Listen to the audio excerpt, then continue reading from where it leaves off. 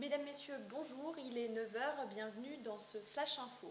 Et on commence avec les dernières informations concernant la crise migratoire. La vague des réfugiés ne tarit pas et c'est désormais la Slovénie qui doit gérer le passage des migrants après la fermeture de la frontière hongroise vendredi.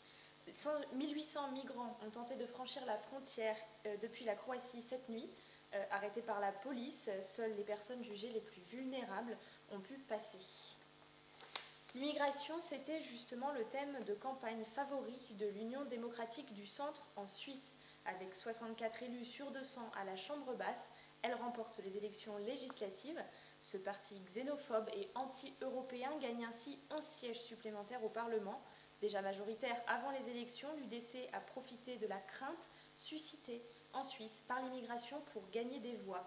La Suisse est pourtant l'un des pays européens les moins exposés à la vague migratoire actuelle en Europe. Et politique encore, c'est un Jean-Christophe Cambadélis satisfait et confiant qui a annoncé les résultats du référendum sur l'unité de la gauche dimanche soir. Organisé ce week-end par le PS, le scrutin a rassemblé 250 000 votants dans les urnes et sur Internet. 90% ont répondu oui à la question posée. Face à la droite et à l'extrême droite, souhaitez-vous l'unité de la gauche et des écologistes aux élections régionales?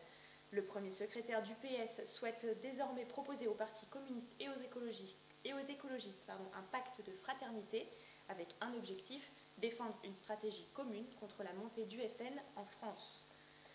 En Russie, c'est un fait divers surprenant qui émeut les télévisions. Une vidéo montre un homme de 30 ans frapper un piéton souffrant d'un handicap lourd et le jeter dans le canal de Kryukov à Saint-Pétersbourg. La raison d'une telle violence, le piéton avait accidentellement touché l'audi de l'homme d'affaires avec son pied. Arrêté, le conducteur risque 11 ans de prison. La victime, quant à elle, a réussi à sortir du canal et a été hospitalisée. Du sport avec cette belle victoire de l'équipe française de volley qui remporte l'or au championnat européen.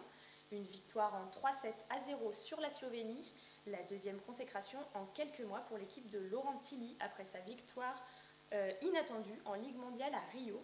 Prochaine étape pour l'équipe de France, se qualifier pour les Jeux de Rio en 2016.